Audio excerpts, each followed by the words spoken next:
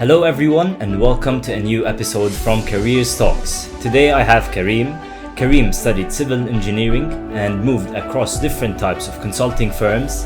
He currently works as a management consultant at BCG. Yes. So today we'll be talking about different topics, how you chose to be a consultant, a management consultant, about a bit about your career path, what different types of consulting firms have you worked in, and a bit now as well, like what do you do in BCG. So hopefully it will be an exciting episode. But absolutely, first I've been thing, waiting for this invitation for a while. So finally arrived. It's a pleasure to have you. First of all, how are you doing? I'm good. Great to be here. I've been following many episodes on the podcast. Definitely one of the most useful I've heard. Really good content. And looking forward to hopefully helping as many people as possible. Great. Yes, hopefully. So I think what I'd like to always start with is you started as a civil engineer in Bath in 2012. Yes. And then you also did they call it the sandwich year, or where you did a year of a placement year. Exactly. Yes. Yeah. So tell us about this process of shifting from being a civil engineer to saying, I want to apply to graduate jobs in management consulting. Yeah, I think to answer that, maybe I'll take us one step back and go back to school, actually. Yeah. So during high school, I was really passionate about economics. I did both advanced placement, micro and macroeconomics, which is like the American system. And I loved that topic, and I wanted and considered applying for economics as my major at university. However, when I started floating the idea with teachers at school, there's one teacher I remember vividly, actually. They really advised against it, which, reflecting on this now, is I personally would not do it with someone that's passionate about something and they're discussing it with me. But anyway, I was 17, torn between civil engineering, given my father's background, given my older brother, what he was doing, and given my actually interest in maths and physics, and between economics. And in a typical classic old school / Middle Eastern mentality, no, go for civil engineering is better, which obviously is based in some truth, I guess. Engineers are always highly sought after. However, I dropped the decision to do economics. I ended up doing civil engineering. I liked it at university. However, when I decided to do the placement here, so I did the year-long internship as a structural engineer.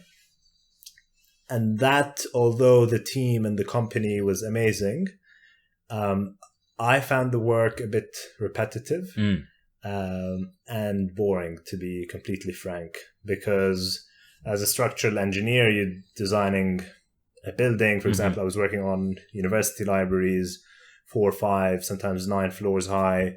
You're working on the first floor, the second floor, the third floor, and that process takes months and weeks for each floor, and it's repetitive, and you're just like reviewing engineering drawings. And anyway, I won't bore you with the details. I just did not find it that interesting, and the pace was slow, to be fair.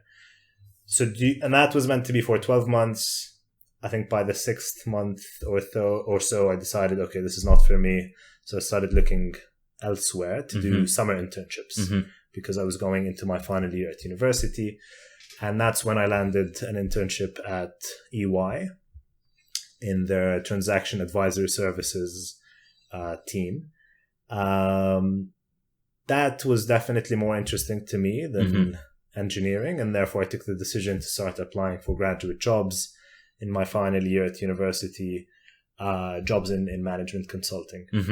And that's when I eventually ended up applying to PwC and ended up moving in PwC from PwC to strategy and so on. Yeah, and we're gonna touch a bit on that path of different consulting firms and how was your learning experience different. But I think what was very helpful in your case was you managed to do 2 internships in uni that are in different industries. Yes. So you got to see the differences, and at least you definitely said, oh, I'll eliminate this option and I'll go for that one. So it's very helpful for someone.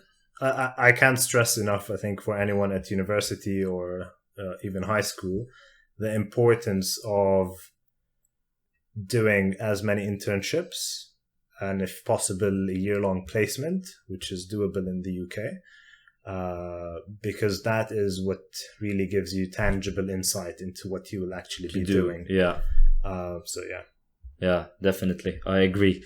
And you work as a management consultant, and I think it would be useful at this point in the podcast is to define what is management consulting. I know it's tough to put a definition to it, but yeah, I think some people say consultant, and that is like obviously very broad. Like you could be a consultant in medicine, which is clearly not what I do. But if we try to narrow down what this conversation is going to be about and what we mean by consulting or management consulting, I would say if you think about the landscape of consulting in a classic management consultant fashion, if you think of a matrix, let's say, you've got 2 dimensions, right? I think that's really helpful to define what the industry looks like. You've got the sector or industry horizontals, let's call them. So you've got the likes of consumer goods, aerospace, healthcare, etc.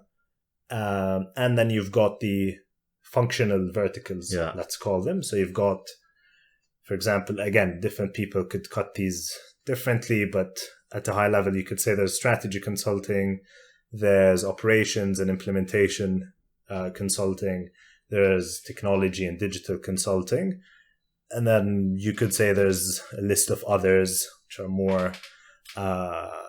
more niche or maybe not where my expertise is, and therefore we probably won't touch on them a lot in this discussion. That could include things like restructuring advisory, so working with banks on restructuring debt for firms. Like it could be very much finance or corporate finance focused. But yeah, at a high level, I would say strategy, operations, tech, and digital, like these 3 are the ones, let's say, that we will focus on. Yeah, I really like how you structured your answer. It shows that you're a management consultant. So it does make sense how you, let's say, segmented the different industries. Can we touch on the firms? So who does what when it comes to this matrix, basically? Yeah, so I think the matrix is helpful because obviously the firms within the management consulting space try to target different pieces of this matrix. Some firms try to do, again, if you think of all the intersections or the boxes, some firms try to tick all boxes, the likes of the big 4 companies, right? So they try to have, or they do work actually across industries, ranging from public to private sector, and within private, anything and everything you can think of. And then they try to do also all functional expertise. So big 4 firms, for example, have been investing in their strategy consulting arms. So PwC has strategy and EY has Parthenon. So they try to address that vertical, the functional vertical of strategy consulting. They do operations consulting, obviously. That's like their bread and butter, supply chain transformations, etc. And they also do technology consulting. So that's, I guess, one type of firms. You could argue that also some top tier or large scale strategy consulting firms try to do that as well. So the likes of BCG, McKinsey, Bain. Yeah, exactly. They try to do that as well. Obviously, big 4 versus these top tier strategy firms versus others, while they might be trying to address all boxes, they are known in the industry for certain types of projects more than others. They tend to have spikes in different functional expertise and different industry expertise. That makes sense. Yeah. So yeah, I mean, strategy consulting firms, again, they address the whole matrix in a way, but they're really well known for their excellent expertise in the strategy vertical. So when you think strategy consulting firms or strategy consulting jobs, the first thing that comes to mind, I guess, is these firms.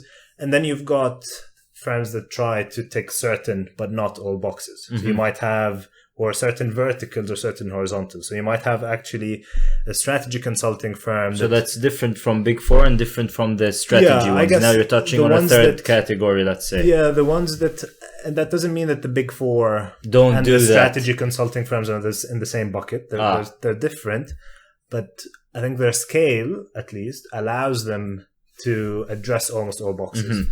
But then you've got companies that have a smaller scale, and therefore they specialize in horizontals or verticals. So you might have a firm that specializes only in chemicals industry or just in aerospace. Or you might have a company that is just specialized in pricing, which is a functional expertise. Or they're just all their projects would be on pricing. Yeah, they're known to be experts in pricing. Others are known to be procurement and supply chain experts. So they just focus on. There's also marketing, right? Marketing, like marketing, So you can a lot of different functions. Exactly. Yeah. So that is how the different firms are. For the purposes of this, I guess, just to help the audience understand which firms we're referring to across the podcast, I guess we could say strategy consulting firms, MBBs, McKinsey, Bain, BCG. Their scale allows them to do touch on different more than other strategy consulting firms, which are, I mean, in the industry sometimes they're called tier 2, but that's just a subjective way of how some people segment companies. But that is a second category, let's say. And then you've got the Big Four, the likes of the Big Fours, and then you've got the functional experts and then the industry experts. Yeah, no, that's I think a well-defined way to explain the different, or the landscape of consulting companies. I think what would be interesting to touch on a bit is, I'm a management consultant. What are the main components of my job? Like, what do you do, whether it's presentations plus a bit of deep thinking in terms of strategy? I know it depends on the project, like the percentages differ, but if we can narrow it down to these are the main tasks of the management consulting. I don't do coding, for example, just like the main bucket. Some do. Correct. I mean, it's really hard to find, like, because we're talking about such a big industry landscape, it's hard to say that management consultants don't do X. I mean, obviously there are examples, but I'm sure some and many do coding for certain instances. Like, that's definitely, I've seen that. But yeah, I mean, the main components, again, just for context, I've never done tech or digital consulting, so probably my answer is less focused on that. More on the strategy. I've done more strategy and some operations. And typically what tends to happen in these projects is, obviously, again, the job differs by the level and the seniority. So what the partner is doing is different to what the delivery team is doing, right? So the partner is focused on sales, which is obviously they do contribute to the team and the strategy, and they give insight and so on. But the focus of their job is slightly different, which is they're focused on actually generating these projects, targeting clients, building relationships, etc. But for the purposes of our audience, which is probably more junior, the job is, again, differs a lot by where you are in this matrix and on the type of project, but there are common themes.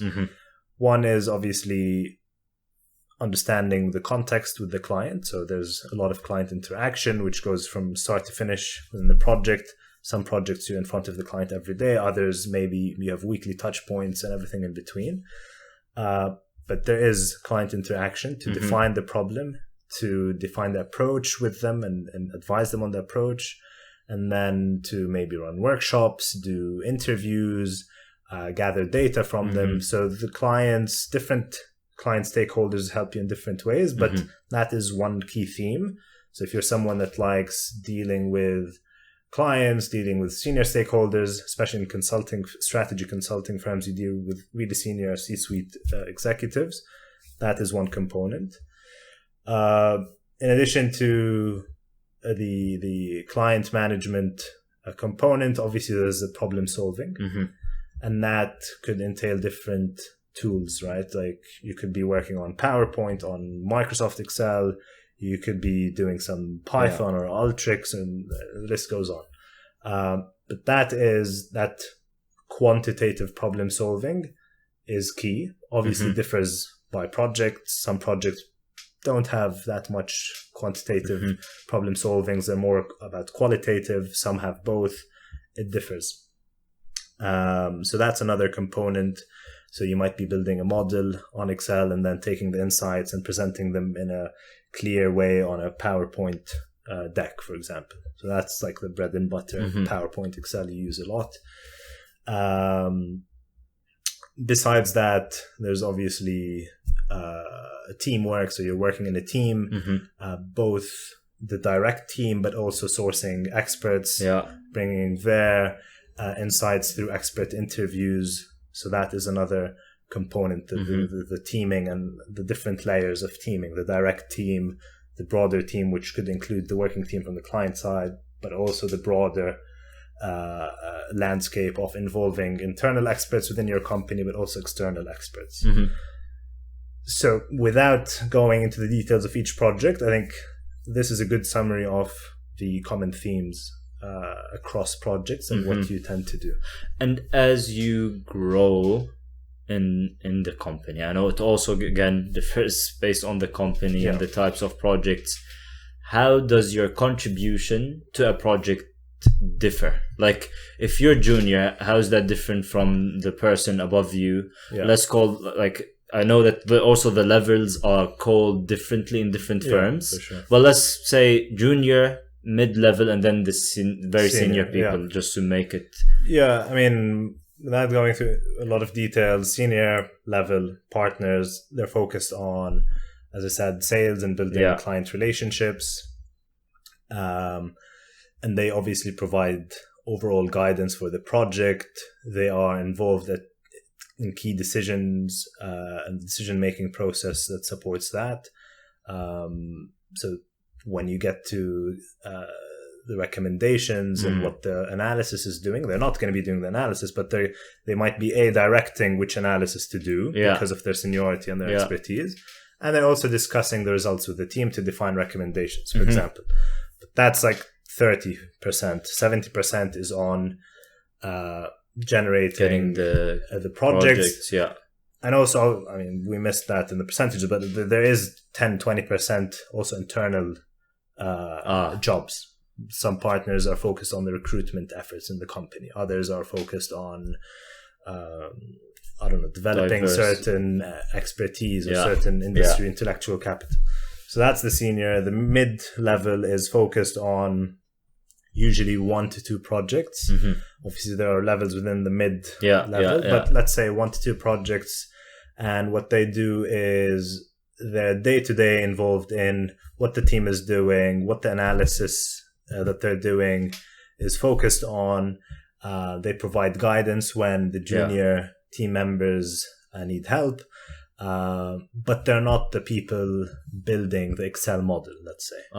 They are answering questions, they're having daily touch points to help you structure the models, to help you structure the deliverables. They are obviously involved in making sure that the analysis is correct and ensuring that the rigor is there, but they don't do what the junior team does, is actually building the slides or building the actual model and putting the formula. Like the manager will not be, in most cases, obviously there are exceptions. Of course, in different firms it's going to be different. But the title is manager when you talk here, like talking just generic. Again, differs. Like in BCG, there's no manager, for example. Generically, mid-level across firms, their job is to navigate the day-to-day, help structure the work, and then the junior team does the work, the implementation itself of, as I said, building a slide or building a certain model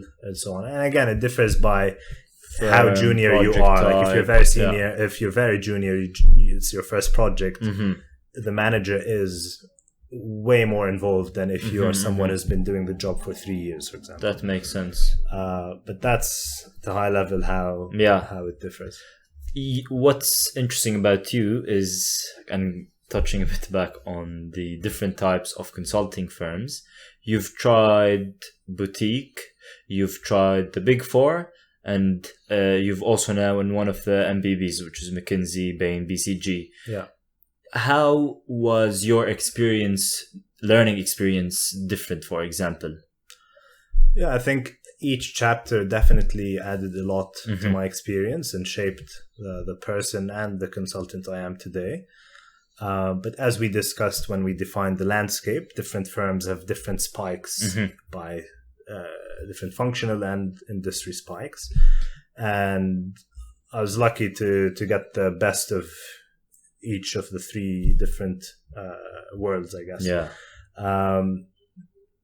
So within Big Four and Strategy and, which is like the strategy consulting arm of the Big Four,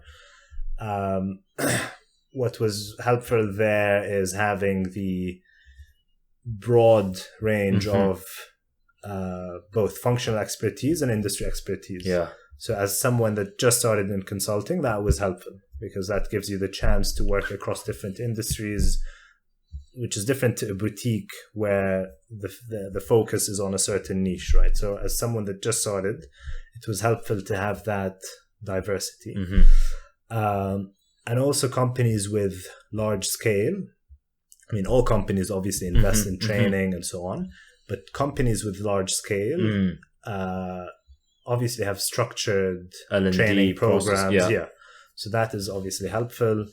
And then moving on to a boutique firm, that was again incredibly helpful in becoming an expert in certain niches, right? So certain functional projects. It was really helpful to understand the process in detail, become an expert in a certain functional topic. So, for example, cost reduction, or for example, the DD process before a transaction happens. Growth, could that be an area? Yeah, absolutely. So these are all different areas that you can become a specialist in when you're in a boutique.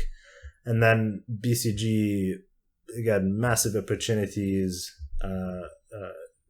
It's what you make out of it, right? Like you've got all sorts of industries there. Super interesting work that you can do. And it's just where you focus your efforts, right? And the firm has the resources to help you focus on what you're interested in.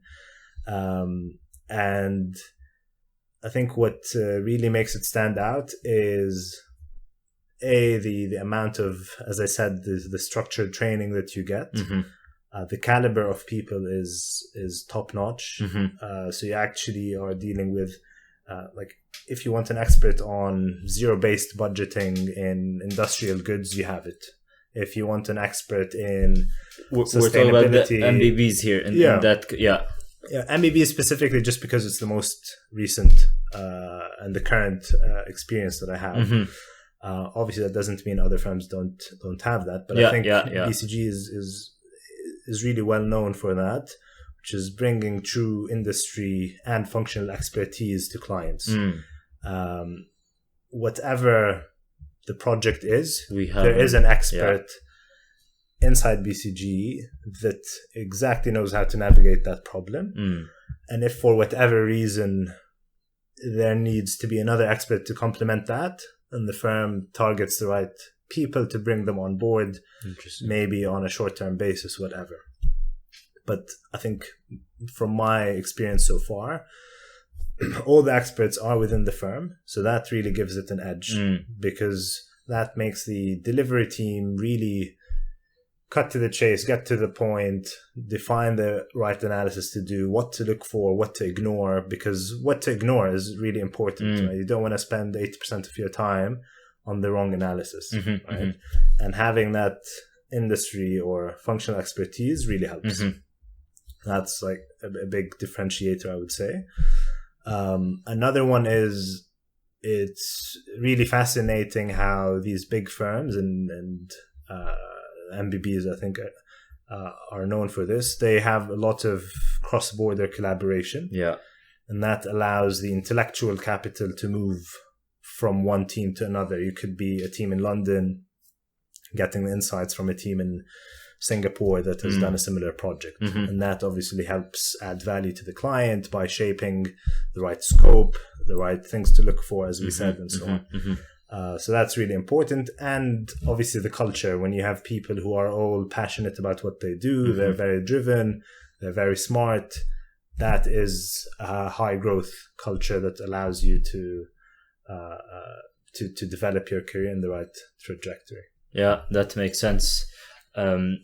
What would be also useful for the audience is, given that exposure you've had to the different types of firms, whether I'm a graduate or I'm a year in any of these firms or any of these types, when it comes to the landscape of consulting firms, what is your advice in terms of what could you get from each of these firms? Like, if I start in the Big Four, what could be the edge, or etc., like in the different types? I think it relates to the spikes that the companies have, as we said. So I think in a Big Four context, they're really good in operations consulting, for example. So they do a lot of supply chain optimization, procurement projects. I mean, obviously they do a lot, right? They do strategy consulting, like they do a lot, but I think they're really well known for operations consulting. They're excellent with it.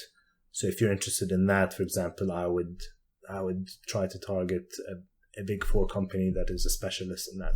Doesn't mean other firms don't do it and don't do it well. But again, it's what the companies are known for, and therefore what the clients go for in these companies. A boutique, I think if you have a good understanding of what functional expertise you want to develop, then you would obviously, or industry expertise, you would try to target the boutiques that are specialists in this. So for example, you might have a graduate focusing on telecoms engineering at university, and therefore they might be interested in going to a boutique firm that is just a specialist in telco.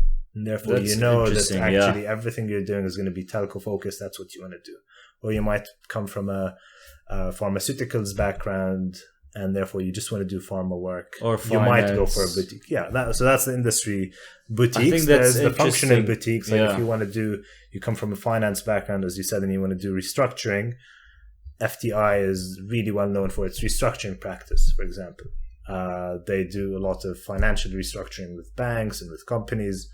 And that, if you want to work on that, and if you're interested, for example, in supporting companies that are going through tough times, that you would target that sort of firm. Yeah. If you're really interested in working with C-suite level executives on strategy-focused projects, like a growth strategy for a company, how can we increase our revenue in the next 5 years? Or a company wants to acquire another company, and therefore they want your help in a commercial due diligence.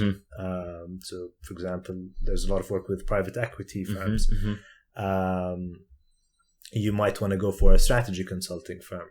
Again, Big Four, for example, do that, but it's just what the frequency of work that you might be involved in as a graduate is probably higher in a strategy-focused firm than a firm that does strategy but also does a lot of operations, for example.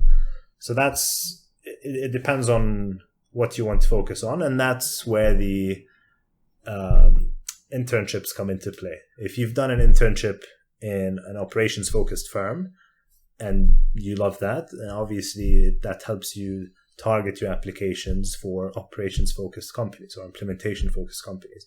If you've done tech and you like that, in an internship, you would focus on a tech-focused consulting firm. So that's I think, what differentiates these companies, and when would you apply to each. Very insightful. Yeah, that makes sense. I usually hear, or like sometimes people take these different tangents in their careers, and they always think of consulting because it's an attractive option because you get this exposure to different industries. If you're really not settled in your career and you're interested in business, which is a lot of people are interested in, they usually ask about, like management consulting, this could be an option or an industry to apply to. What advice do you have for these people? Like, how should they prepare themselves to land a job in consulting? You mean you're not a graduate at university, you've already started your career? If you're a graduate, exactly. If you're a graduate, it might be it's easy to, no matter what you studied, to get a graduate management consulting job if you prepare for the interview. But if you're a bit 2 to 6 years, it depends on the case. But I see what you mean. It's a good question because I get a lot of LinkedIn messages about this topic. People just asking for advice, and that's very relevant. Look, I think the answer depends on where you are in your career. If you're someone who has been working for less than 5 years, let's say, or less than 3 years, you can definitely apply as a junior and restart your career in consulting. What you need to show in that instance is that you have the right skill set, the right consulting skill set, which in a summary includes the problem-solving skills, communication skills. You can deal with senior stakeholders, working under pressure and working with ambiguity is really important. You're someone that can take 70-80% of the facts and move on. If you can demonstrate that from your career and from your university background, then obviously you can put together a strong case for why a management consulting firm should give you the chance to join them. Another route, which I guess people take anywhere from graduating up to actually 6, 7, 8, maybe more years of experience, is the MBA. Yeah. A lot of people use this as a stepping stone into consulting, and that makes you build the case. It's easier to build the case. It's easier to build the case. We won't go through this now, but obviously there are pros and cons for doing an MBA. Not pros and cons, at least considerations, right? So that's a stepping stone. If you don't want to do that, and let's say you've been working for 10 years or 15 years and you want to transition, the case and the story becomes different, because what you need to demonstrate at that point, like the consulting skill set at that point, is a table stake. You need to have it for sure. Anyways, like that's like a hygiene factor. You need to demonstrate that. But that, I don't think that is enough as a case to join a management consulting firm at that point, if you've been working for more than 10 years.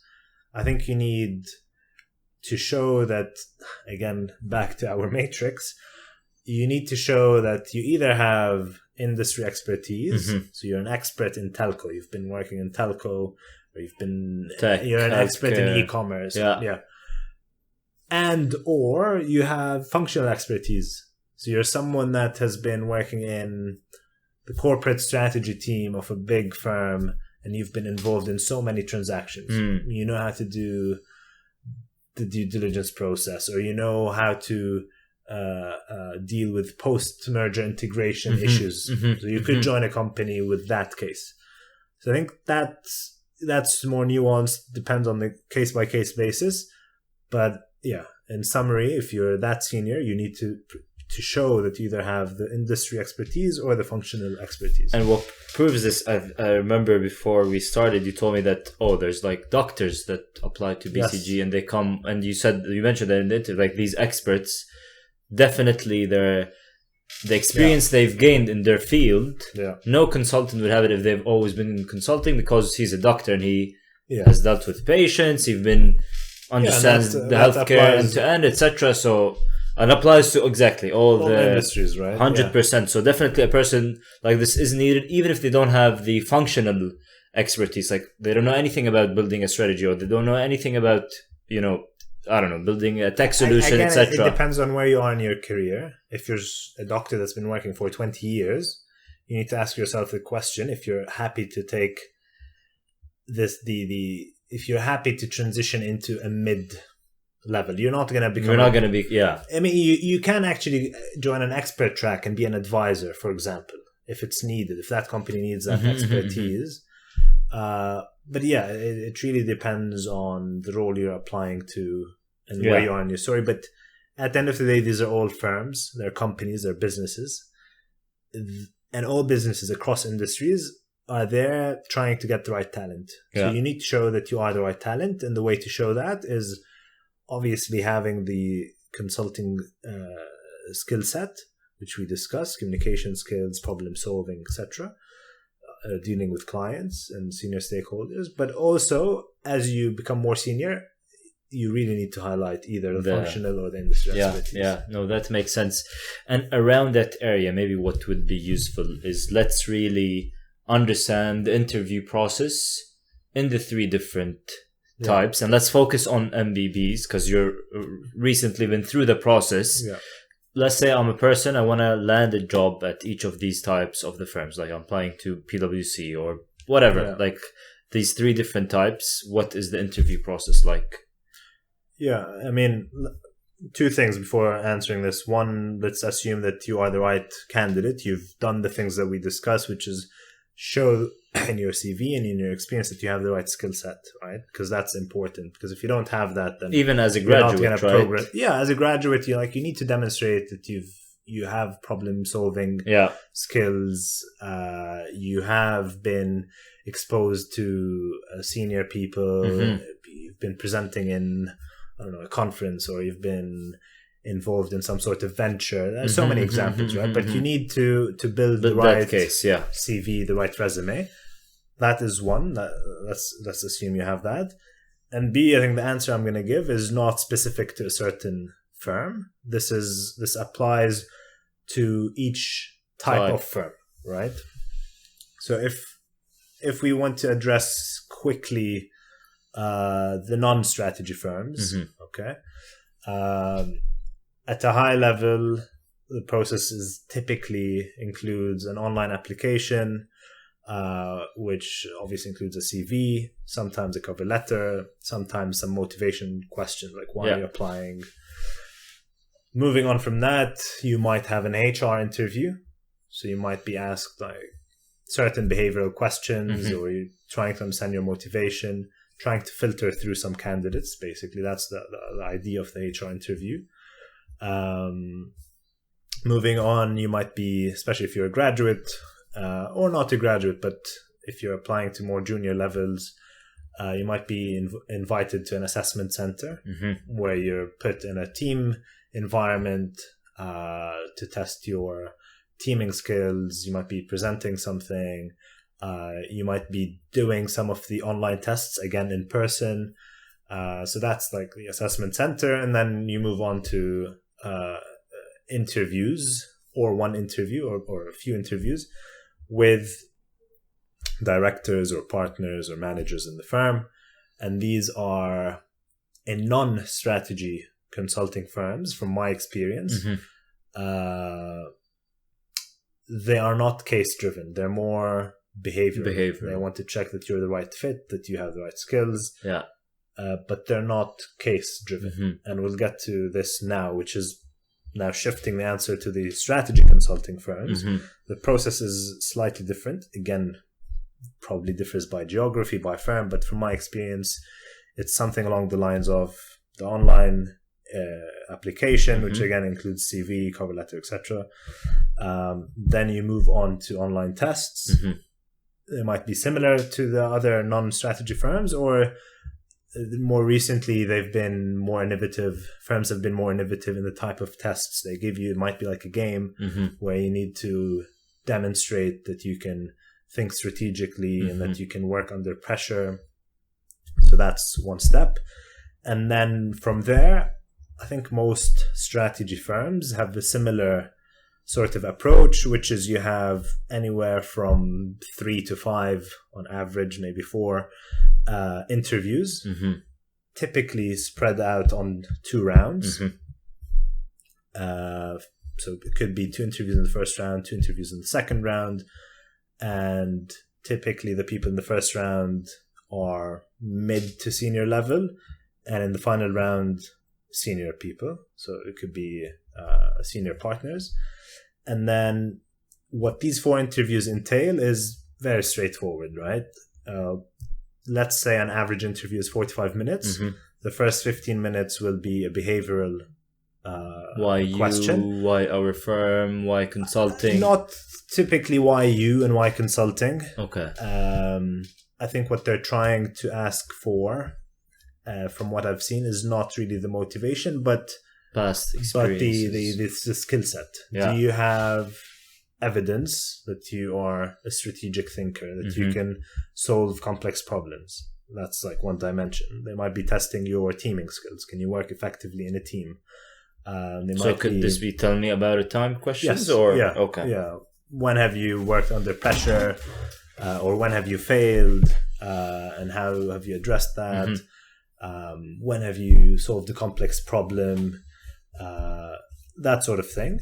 And these need to be very solid examples. Like, if you think about the question, if it's one question over 10 minutes, let's say 10 to 15 minutes, the interviewer will probe, and they will want to understand the details and how genuine this example is and how solid of an example it is. So you need to have a really strong example. And what I typically find helpful is if you have anywhere from 5 to 10 solid examples of previous experiences that can demonstrate ideally multiple skills at the same time. One example demonstrating that you've solved a complex problem, you've dealt with feedback, tough feedback. In a team environment. And then you eventually present it to some senior stakeholders. That's like the holy grail. You have all the skills in one example. And if you have like 5 of those, then you can use those in interviews, because you don't want to be repeating the same example in different interviews. So that is absolutely critical and shouldn't be ignored. The second part, which is like, let's say the 30 minutes remaining, is around a case study. And that case, again, is typically structured around 4 types of questions. One is how you structure the approach to the problem, right? So let's say the interviewer tells you there's a consumer goods company and recently their profit has been declining. What would you do? In that case, what you would do is you would be asked about how to structure the problem. So that is a structuring question to test your problem-solving skills. Next, you might be asked a quantitative problem or quantitative question. So you might be demonstrated with some charts and tables. On that case. And you might be asked to do, you will be asked to do quick mental maths. So you're not allowed to have a calculator. You need to make sure that you practice your mental maths in advance. And then there might be a creativity question. So after you've structured the problem, did some calculations, you'll be asked, okay, give us examples of what would you do, let's say, to increase the footfall into the store. And that is meant to test your creativity under pressure. How many examples of tactics or strategies you could use to achieve that. And the interviewer might ask you, okay, give me more. So you need to be able to think on the spot. And then finally, you might be asked to conclude the case and present the recommendations. And that, again, tries to test your communication skills. So can you summarize this case in a structured and to-the-point manner in 20, 30 seconds? So that is the process in one interview, and it happens 4 times. And that after that, you typically hear back on the decision. Makes sense. I think now we touched on the interview process, but I'm sure you also get the question of tell me about the process, but also tell me how to prepare to get into these top tier consulting firms, even the good experience they offer, the exit opportunities. So if you can really try to give some advice on, okay, for this stage of the interview, do this. So I think make sure you're the right candidate and you have the right skills, and that takes more time than just in the few months leading up to. I think if you have more time to prepare, if you're in your first year at university, or if you know that you will apply in 2-3 years, make sure you have the right experiences that will allow you to demonstrate that you have problem solving, communication skills to work under ambiguity, managing senior people and stakeholders. That is important, and there is a range of things you can do for that. Be involved in new ventures and conferences and competitions and the right courses at university, etc. Or if you're in a job, try to put yourself in situations that will help you develop these skills. After making sure that you're the right candidate, demonstrate that properly in a good CV. Ideally, especially if you're early on in your career, you want to make sure that that is on one page. It shows that you have the right skills. It's skills focused, the CV. And for some interviews or for some companies, you need to develop a strong cover letter that shows that you have the right skills, that you have the right motivation, and that you understand what value the company will bring to you as a candidate. After you've done that, obviously you do the online application. You might want to answer some motivation questions, like 200 words on why you want to apply, etc. Make sure that is well researched. You've spoken to people in the firm. From there on, I think the next step, you need to make sure that you are ready for the aptitude tests. So tests that are there to examine your maths and quantitative skills, your problem solving skills, your comprehension skills, and so on. That is really important, and there are resources online where you can practice these aptitude tests. Moving on again in the process, the next step is that you'll have the interviews. Interviews will, as we said, will test your behavioral.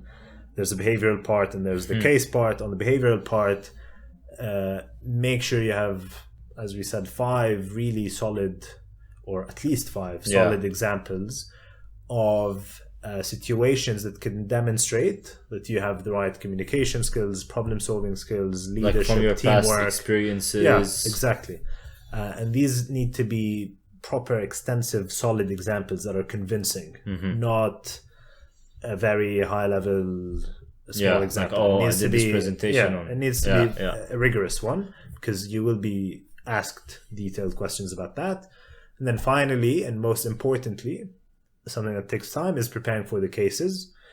And there are many resources online to prepare for cases, like Case Coach and others. There are also websites that can put you in touch with other people that are preparing for the same process, so you can prepare with them, because it really helps to actually do cases with someone that is going through the process. Any of these websites you recommend, or does Case Coach do? I haven't personally used them. I tried to find people that are going through the process and friends that I know. But it's really important to know how to manage the process.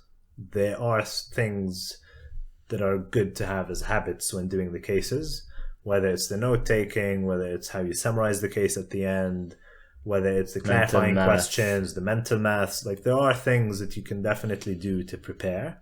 Some people download the mental maths application, do some mental maths, for example.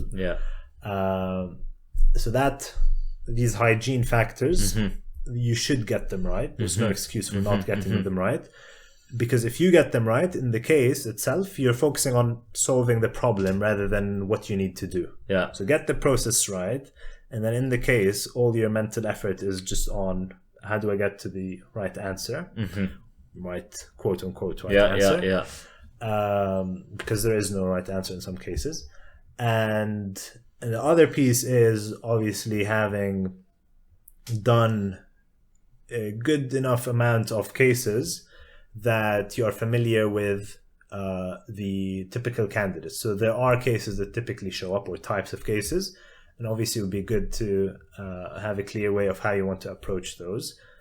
Having said that, the last thing you want to do is just memorizing frameworks and just regurgitating those on the spot. If you do that, you will be eliminated from the process. You need to make sure that you're thinking of the right questions that need to be addressed to get to the answer. So when you're asked, okay, how would you approach this case? think of the 3-4 questions that actually, if you answer them, you can get to an answer So or you're recommendation. against having these 4 No, frameworks understand the and- frameworks, but use them as guidance. Don't use them as templates that And you now apply one-to-one. Yeah. Like that is, I think, a red flag for the interviewer, which I think is what a lot of candidates do. They memorize the frameworks. You ask, okay, profit and loss, you just use the profit and loss framework. Or would you buy this company or not? Again, they would just go for the template framework. That is dangerous, not helpful, and it shows that you're just memorizing frameworks. What you really need to do is, what are the key questions that need to be answered to get to the right recommendation? Obviously, these questions are inspired, they're related to the framework, but the framework itself is not good enough. Like, you need to tailor it to the specific problem that you have. And that takes practice. Exactly, that's what I wanted to say. There are resources that can help with that. I personally used Case Coach, for example, which was really helpful. But there's no shortage of resources out there. Yeah, makes sense. Thank you very much for this detailed and very insightful My pleasure. answer. In terms of someone considering consulting, is there something you'd be critical of, or like a student must know before getting into that industry when they want to start a career in consulting? I don't think there is something I'm critical of, but in any decision in life, there's a trade-off, right? Like, what career you choose is similar to any other choice in life where you have a trade-off. And I think the trade-off here is, again, the answer is probably more nuanced than this, but at a high level, a typical management consultant graduate will probably work across multiple industries, multiple topics and projects, which you could argue is amazing for someone starting their career, because it helps you understand what you like, what you don't like. Exposure to different industries, but also, how businesses work. There's an amazing book I read called Range, which I recommend actually. And it gives you insight into why actually having this diverse background is super helpful. It's really interesting. Like, it gives a comparison, for example, between Tiger Woods and Roger Federer, and how one of them was, since the age of 1 or 2, focused on playing golf, and how the other has done many different sports actually, and then specialized in tennis. Yeah, so that is exactly what happens in management consulting. I personally think that having this diverse set of experience is helpful, but you could say that the trade-off, some people might not want to do that. They might just want to specialize in a certain industry, which you could still do in consulting, but again, depends on which firm you apply to. Or they might want to specialize in a certain technical topic. Like, they want to be known for cloud architect, cloud expert. You can do that in consulting still, but like, if you want to do that, you might want to go to a tech firm and do that rather than a consulting firm. Again, debatable, but you could argue that it's better to do that in a tech firm.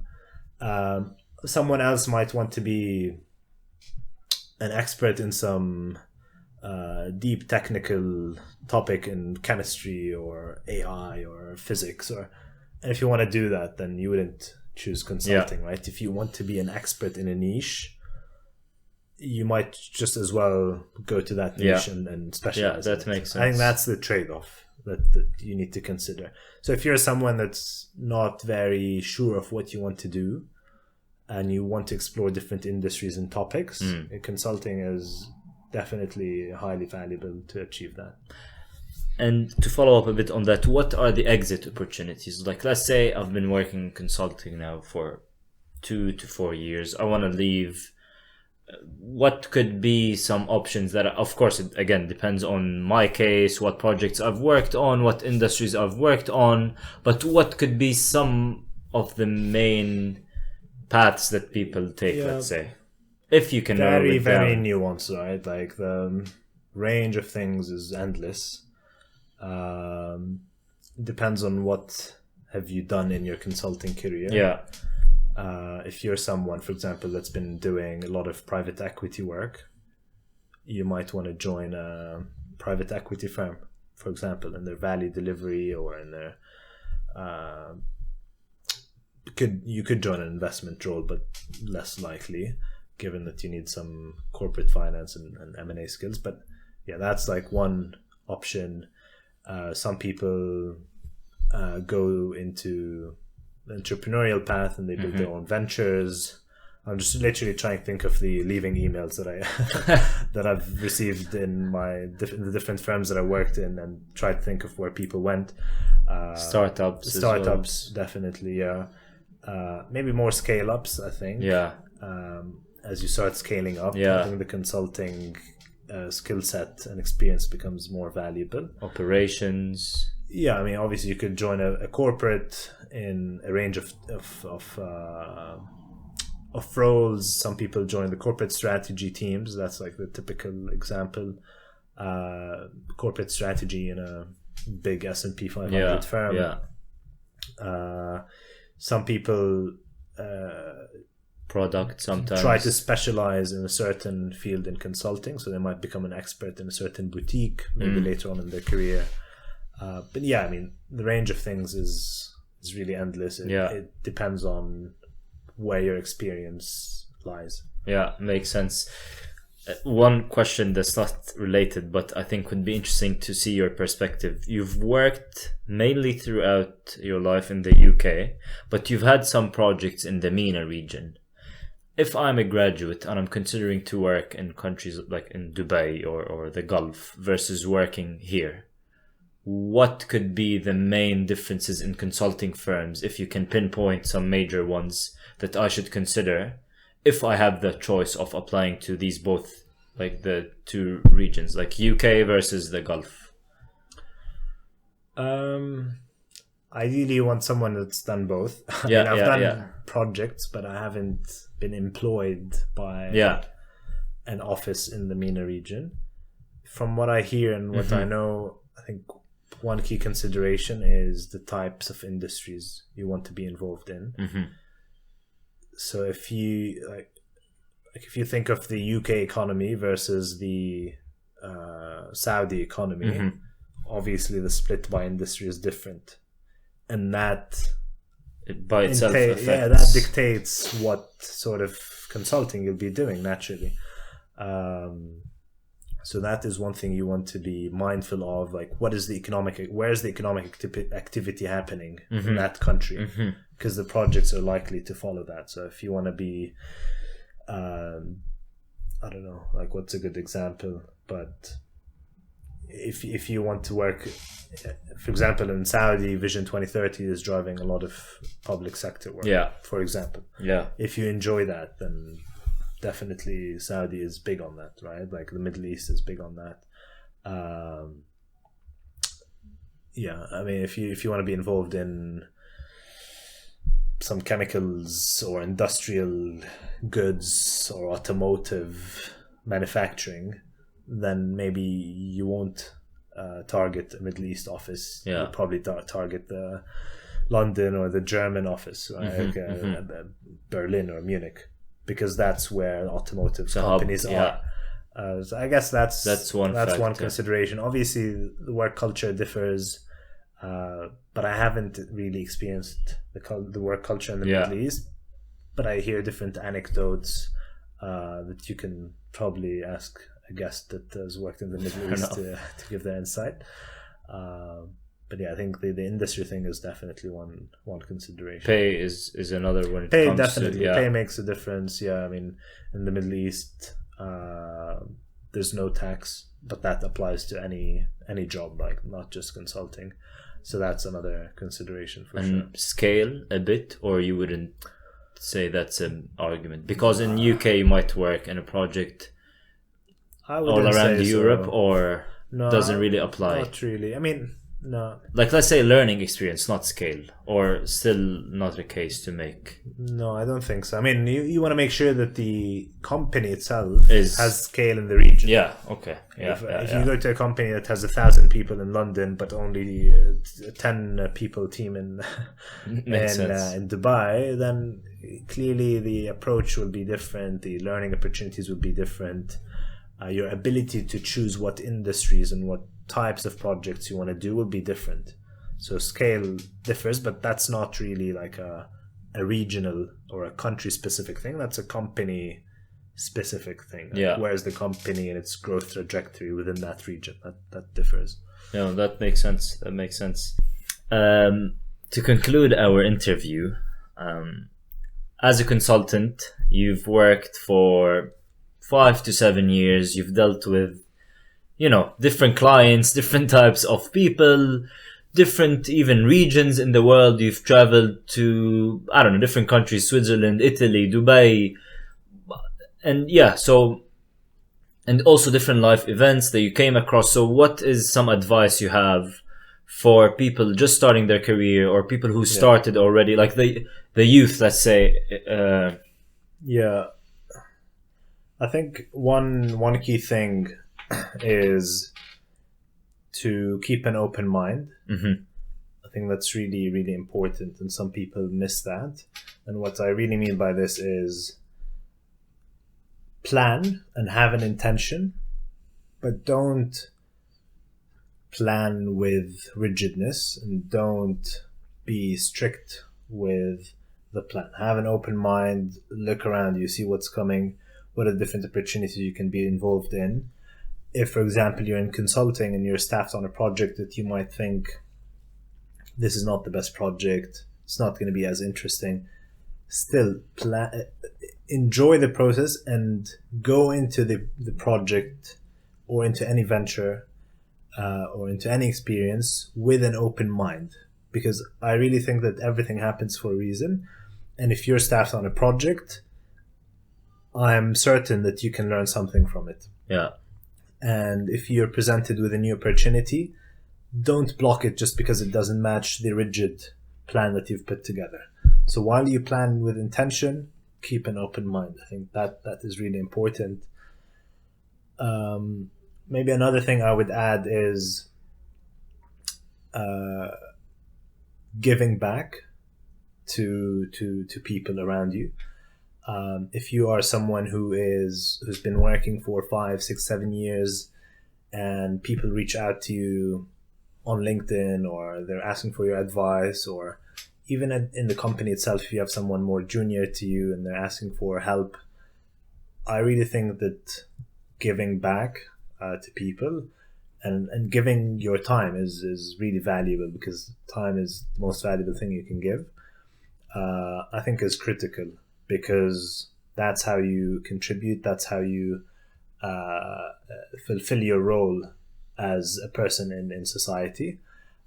Even if it's like, sometimes I take the time to have a call at 10 p.m. after a very long day to answer someone's questions on how they can start a career in consulting, or how can they prepare for an upcoming event or interview or so on. I think that's really helpful and definitely fulfilling. Mm-hmm. And then maybe finally, especially in our modern day, I think people get carried away and they forget to take care of themselves. I think it's really important to take care of yourself. Your career is important, but you need to take care of yourself physically, mentally, spiritually. These are all important things that you need to balance. So while you are driven and trying to achieve more in your career, don't lose sight of these cornerstones that are important pillars to keep your life balanced and in check. Yeah. I think that's my advice. Oh, very wise advice, definitely. And it like I feel I hope so. No, indeed. I feel there's a lot of pressure on young people now, because one, they have many choices.